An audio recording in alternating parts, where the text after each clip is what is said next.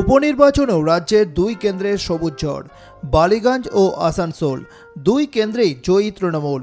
শনিবার দুপুরে সেই জয় কার্যত নিশ্চিত হতেই টুইট করে ফলাফল নিয়ে উচ্ছ্বাস প্রকাশ করলেন তৃণমূল সুপ্রিমো তথা রাজ্যের মুখ্যমন্ত্রী মমতা বন্দ্যোপাধ্যায়। মুখ্যমন্ত্রী টুইট করে লেখেন, আসানসোল ও বালিগঞ্জে তৃণমূল প্রার্থীদের জয়যুক্ত করার জন্য সমস্ত ভোটারদের জানাই অভিনন্দন। আমাদের মা মাটি মানুষের সরকারকে এই উষ্ণ নববর্ষের উপহার দেওয়ার জন্য আপনাদের অভিনন্দন। আমাদের ভোটারদের স্যালুট যে তারা আমাদের উপর ভরসা রাখতে পেরেছেন। মানুষের কাছে আমরা অত্যন্ত কৃতজ্ঞ। মানুষের এই ভালোবাসা, এই আশীর্বাদ, এই শুভেচ্ছা, এই দোয়া আমাদের আরও ভালো করে কাজ করতে অনুপ্রাণিত করবে। আমি আমাদের সমস্ত সহকর্মীদের এবং সমস্ত ভোটারদের সহ সকল বাংলার মানুষকে শান্তি সম্প্রীতি বজায় রেখে উৎসবের দিনগুলোতে শান্তিতে সুস্থভাবে থাকার জন্য সবাইকে আবেদন করব। উচ্চ মাধ্যমিক পরীক্ষা চলছে এবং ছাত্রছাত্রীদের আজকেও পরীক্ষা হয়েছে, সোমবার দিনও পরীক্ষা আছে। তারা যেন ভালোভাবে পরীক্ষা দিতে পারে, সবাই আমরা তাদের পাশে আছি, সহযোগিতা করছি।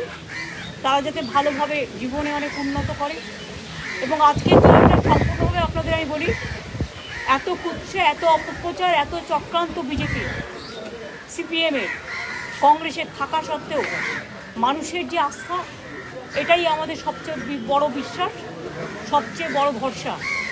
কারণ মানুষ জানেন, শীত গ্রীষ্ম বর্ষা তৃণমূল কংগ্রেসই একমাত্র বাংলার মানুষের ভরসা, ভারতবর্ষের মানুষেরও ভরসা। বালিগঞ্জে জয়ী হলেও সুব্রত মুখোপাধ্যায়ের জয়ের ব্যবধানের ধারে কাছেও যেতে পারেননি বাবুল সুপ্রিয়। তবে এদিকে শত্রুঘ্ন সিনহার হাত ধরেই ঘাসফুল ফুটেছে আসানসোলে। রেকর্ড ভোটে জয়ী হয়েছেন বিহারী বাবু। 2,97,000 ভোটে জয়ী হয়েছেন তিনি।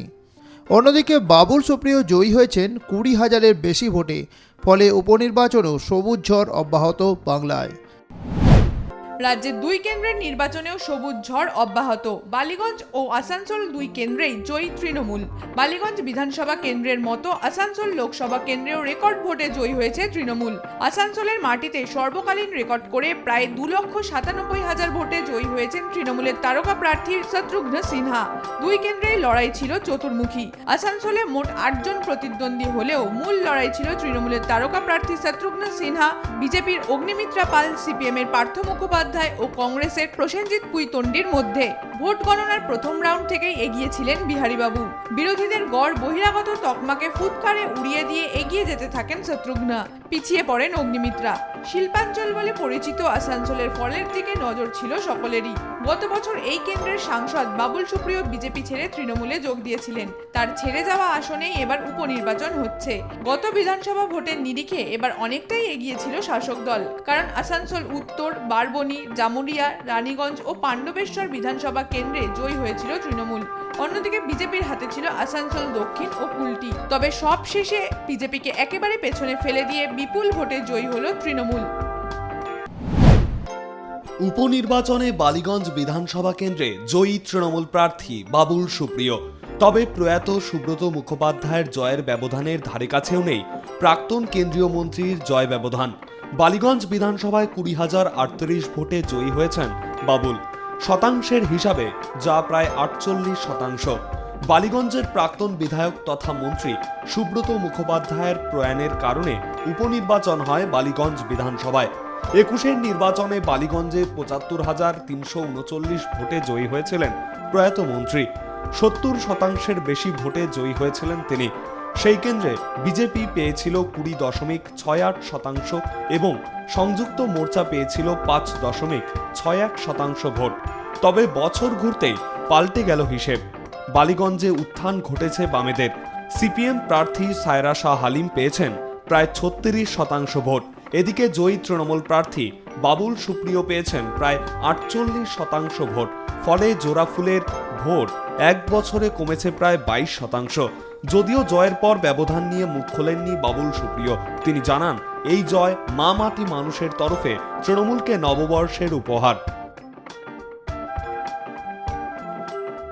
এই জয় আমি দিদিকে ডেডিকেট করছি।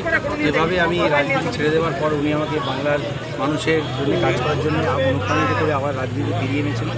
বালিগঞ্জের মতো একটি গুরুত্বপূর্ণ জায়গায় আমাকে প্রার্থী বলছে, ওনাকে ডেডিকেট করছে। এটা মহামাটির মানুষের জয়।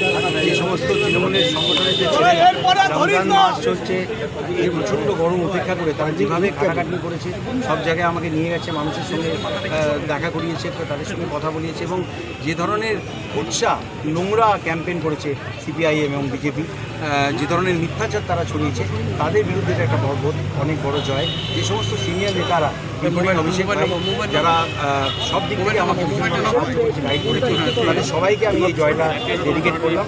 এটা আমার মনে হয় যে এই ধরনের নোংরা উৎসাহ রটানো রাজনীতি, নিম্নমানের রাজনীতির বিরুদ্ধে একটা বিরাট বড় শিক্ষা অপোজিশন পাবে। তবে ব্যবধান কমার কারণ হিসেবে তৃণমূলের যুক্তি কম ভোটদানের জেরেই এই ফলাফল। বালিগঞ্জের ফল প্রসঙ্গে রাসবিহারীর বিধায়ক দেবাশিস কুমার বলেন, এবারের নির্বাচনে ভোট খুব কম পড়েছে। বিধানসভা নির্বাচনে বালিগঞ্জ কেন্দ্রে 64% ভোট পড়েছিল, সেখানে এবার পড়েছে মাত্র 41% ভোট। একই সঙ্গে বালিগঞ্জের 2 ওয়ার্ডে তৃণমূলের পরাজয় এবং ভোটের ফলাফল খতিয়ে দেখা হবে বলে জানিয়েছেন দেবাশিস কুমার। 2021-এর বিধানসভা নির্বাচনে বালিগঞ্জের বাম প্রার্থী ছিলেন ডক্টর ফুয়াদ হালিম, আর তখন চিকিৎসকের নামে জয়গান শোনা গিয়েছিল ওয়ার্ডে ওয়ার্ডে। তবে তাতেও ফল মেলেনি বিধানসভা নির্বাচনে, মাত্র 5% ভোট পেয়েছিলেন তিনি। তবে এবার উপনির্বাচনে নজর কাড়ল তার স্ত্রী সায়রা শাহ হালিম। 5 থেকে বেড়ে এবারে বামেদের থলিতে রয়েছে প্রায় 30% ভোট। 64 এবং 65 নম্বর ওয়ার্ডে 5782 ও 11324 ভোটে জয়ী হন বাম প্রার্থী সায়রা। প্রাক্তন মুখ্যমন্ত্রী বুদ্ধদেব ভট্টাচার্যের ওয়ার্ডেও জয়লাভ করেন তিনি। ভোটের দিন বুদ্ধদেবের স্ত্রী মীরা ভট্টাচার্য জানিয়েছিলেন, শারীরিক অসুস্থতার জন্য তিনি ভোট দিতে আসতে পারেননি, তবে বাম প্রার্থীকে তিনি আশীর্বাদ করেছেন। বাড়িতে থেকেও সব খবরই তিনি রাখেন। আর জয়ের পরে সেই কথাই শোনা গেল বাম প্রার্থী সায়রা শাহ হালিমের গলায়। 6 में आपने देखा हमने लीड दिया है, सीपीएम ने बहुत बेहतरी से लीड दिया है। कारण है कि आगे भी जब सीपीएम खड़ी होगी बहुत अच्छे वोटों से जीतेगी। मीरा भट्टाचार्य जी ने, बुद्धदेव भट्टाचार्य जी ने उनकी पूरा आवाम के साथ उनके हित में काम करते रहेंगे आगे। পাশাপাশি অনেকভাবেই সায়রা শাহ হালিমকে অপমানের চেষ্টা চালিয়েছিল তৃণমূল বিজেপি, তবে মানুষ বুঝতে পারে তাই এই ফল। এমনই মত পোষণ করলেন সিপিআইএম এর রাজ্য সম্পাদক মোহাম্মদ সেলিম। এই পিসি ভাইপোর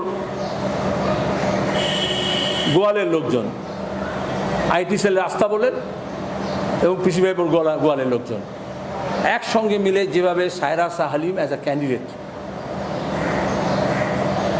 যেহেতু একটা বড় অংশের ইমাজিনেশন ক্যাপচার করেছিল, সে কসমোপলিটন কলকাতা যেখানে এত বিদ্বেষের রাজনীতি হচ্ছে, সেখানে দাঁড়িয়ে যে সিএনআরসি বিরোধী আন্দোলনে এবং মোটামুটি মিডিয়াতে, রাস্তায় ঘাটে, সেমিনারে, সমাজসেবায়, রেড ভলেন্টিয়ার্সের সময় যে ভূমিকা পালন করেছিল, তাতে হচ্ছে একটা সম্প্রীতির কথা, যেখানে বিভাজনের বিরুদ্ধে একটা বড় অংশের মানুষের কাছে যখন গ্রহণযোগ্য হয়েছে, তখন তার পোশাক নিয়ে,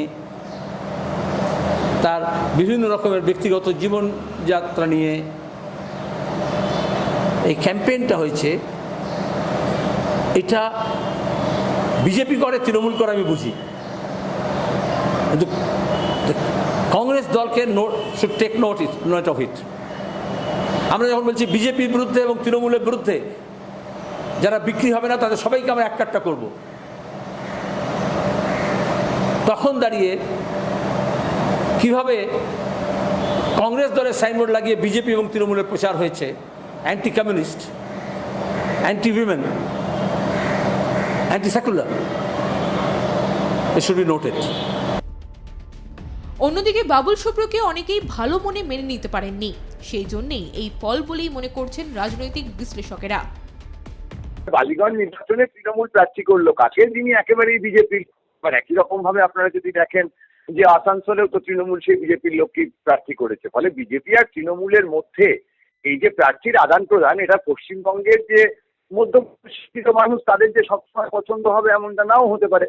এবং এই প্রথম বহিঃপ্রকাশ কিন্তু বালিগঞ্জ নির্বাচনে, যেখানে সিপিএম এর ভোট এতদিন বাড়ছিল খুব সামান্যভাবে, সেই জায়গায় বাড়ার যে ডিফারেন্সিয়ালটা, অর্থাৎ আমরা এটাকে জ্যামিতির ভাষায় স্লোপ বলি, সেই স্লোপটা সাংঘাতিক বেড়ে গেল, যেটা কিন্তু আপনি আসানসোলে দেখবেন বামপন্থীদের ভোট মোটামুটি ওই 10% আশেপাশেই আছে, যেটা স্বাভাবিকভাবে অল্প বাড়ছিল। এই যে বাড়াটা এবার হলো, এই বাড়াটা বামপন্থী নেতারা, তাদের মধ্যে একটা বড় অংশ আছেন যারা আগে শাসক ছিলেন, সেই বয়স্ক নেতারা তারা কতটা সামনে আসছেন, তাদের মানুষ কতটা পছন্দ করছে, সেইটা একটা বড় প্রশ্ন। তবে এক্ষেত্রে প্রার্থী, বামপন্থী যে প্রার্থী তাকে মানুষ নিশ্চয়ই পছন্দ করেছেন, তৃণমূলের প্রার্থীকে খুব একটা পছন্দ করেননি বিজেপির থেকে আসা, এবং সব মিলিয়ে একটা ধাক্কা বামপন্থীদের ভোটে নিচ থেকে ওপরের দিকে হয়েছে। এবং পরবর্তীকালে বামপন্থী নেতারা ভাববেন তারা এই যে ভোটের একটা বিরাট পরিবর্তন, এবং বালিগঞ্জের মতন জায়গায় যেখানে আমার ধারণা বামপন্থী আমলেও অনেক সময় বামপন্থীরা হয়তো 28-30% ভোট পাননি, এই জিনিসটা এখন বামপন্থী নেতাদের, ধরুন একটা ছেলে অঙ্কে ভালো নম্বর পায় না, হঠাৎ একবার 80 পেয়ে গেল, তাহলে তারপর তাকে ভালো করে অঙ্ক করানোর দায়িত্বটা তার বাবা মার, তার শিক্ষক শিক্ষিকার। বামপন্থী যে নেতা আছেন, তাদের পলিট ব্যুরো আছে, রাজ্য কেন্দ্রীয় গাদা গাদা কমিটি আছে, তারা যদি তত্ত্ব থেকে বেরিয়ে মাঠে নামতে পারেন এই ছেলে মেয়েগুলোর সঙ্গে, তাহলে তাদের ভোট নিশ্চয়ই বাড়বে। কলকাতা পুর ভোটের সময় থেকেই ফের ঘুরে দাঁড়িয়েছে লাল শিবির। 2021 সালের বিধানসভা নির্বাচনে একটি জায়গাতেও জয়লাভ করেন তারা। মাত্র 3% ভোট ছিল সংযুক্ত মোর্চাদের। কিন্তু বালিগঞ্জ উপনির্বাচনে চমকে দিয়ে রেকর্ড করলেন বাম প্রার্থী সায়রা শাহ হালিম। তবে কি এবার রাজ্যের প্রধান বিরোধী মুখ হিসেবে দেখা যাবে তাদের? উঠছে প্রশ্ন।